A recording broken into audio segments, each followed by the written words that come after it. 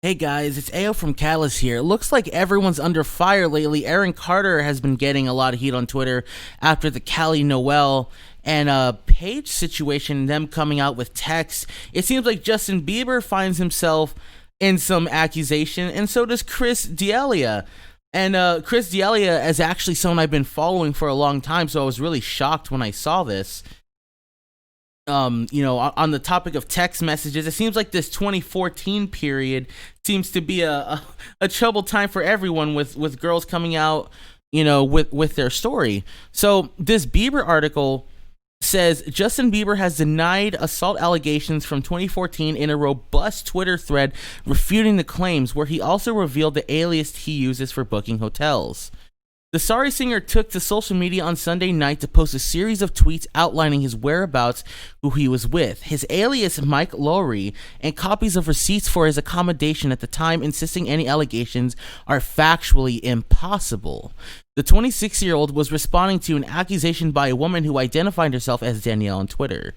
In a since deleted tweet from June 20, the woman claimed that she had met Bieber when she was 21 and he was 20 at an event in 2014. So she was of legal age, so I guess this is just pure assault. The account has now also been deleted, with Bieber confirming his plans to take legal action. The tweet that claimed on March 9, 2014, Bieber invited Danielle and her friends to the Four Seasons Hotel, where he took her to a separate room and assaulted her. No further details were provided.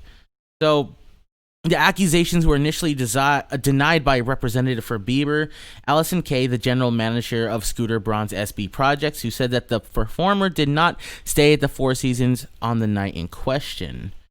Bieber later followed up in his own thread where he says he stayed in the Airbnb that night with his then girlfriend, Selena Gomez. He says, "I don't normally address things as I have dealt with accusations my entire career, but after talking with my wife and team, I've decided to speak up on an issue tonight." Rumors are rumors, but sexual abuse is something I don't take lightly. I wanted to speak out right away, but out of respect to so many victims who deal with issues daily, I wanted to make sure that I gathered the facts before I made any statements. In the past 24 hours, a new Twitter appeared that told a story of myself involved with sexual abuse on March 9, 2014 at the Four Seasons Hotel. I want to be clear, there is no truth to this story. In fact, as I will soon show, I was never present at that location. So I want to kind of raise a bigger question here.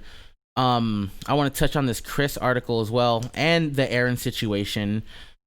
What is your threshold? Because obviously, if we're going by legal means, no one is guilty until they're guilty, right? Until they go into a court, by law, they aren't guilty. It's an open case, gray area, however you want to describe it.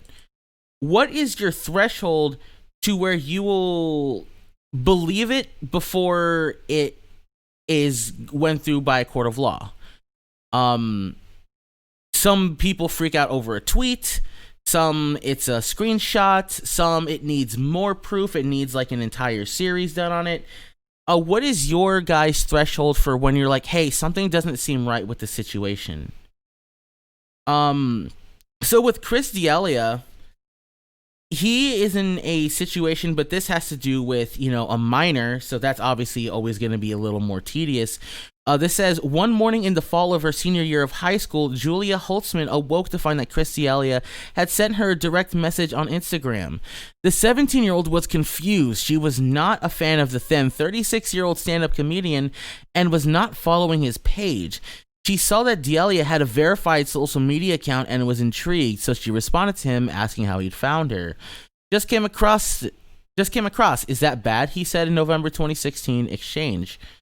It was clear I was in high school. I had 16th birthday pictures and photos of me at football games on my Instagram.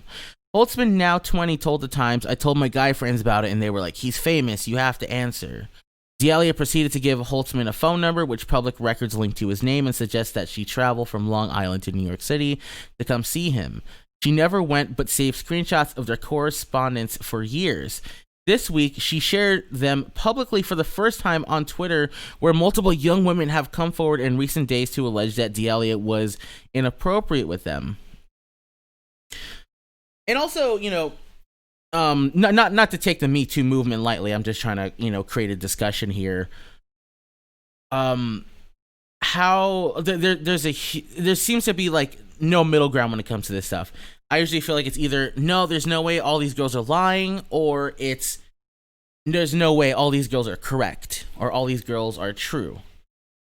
And it's always hard when it comes to celebrities, because it's like, okay, well, it's the sense of like, okay, now that one person has done it, now I feel comfortable, and you're kind of empowering yourself, right? Like if you have had physical harm done to you, you can then, through the power of someone else's will, then have your own willpower to speak out about it.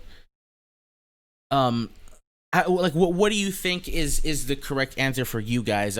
Is it always they have to be correct, or is it evidence based? Because I definitely know some people who just, as soon as they see an accusation, they just roll with it. No research, no nothing, right? And I'm like, wait a second here, we need to chill. Anyways, the article continues. The avalanche of screenshots, many of which revealed the same telephone number and email address for D'Elia, began flooding Twitter on Tuesday night. Simon Rosie, another high school student who says she had a virtual relationship with D'Elia, was the first to share how he allegedly asked her to make out and send him pictures of herself when she was underage. Okay, so where are the screenshots? That being said, I really am truly sorry. The 40-year-old continued, I was a dumb guy who absolutely let myself get caught up in the lifestyle. So he's going with it, right? I'm finding out with you guys. I actually haven't read this article because I like kind of figuring out as I'm doing the video, because it makes my brain think more. In the interview with the Times, Holtzman and 4 other women told stories of aggressive, sexually charged overtures initiated by D'Elia, who is known to many young fans as Justin Bieber's favorite comedian. So the sorry, I'm not trying to laugh at, like, I laugh hysterically. I laugh in a sense of like, I can't believe it. But the tie between them, I actually forgot about, because Justin Bieber's favorite comedian is. And look who's getting accused at the current moment. The Bieber. What is going on?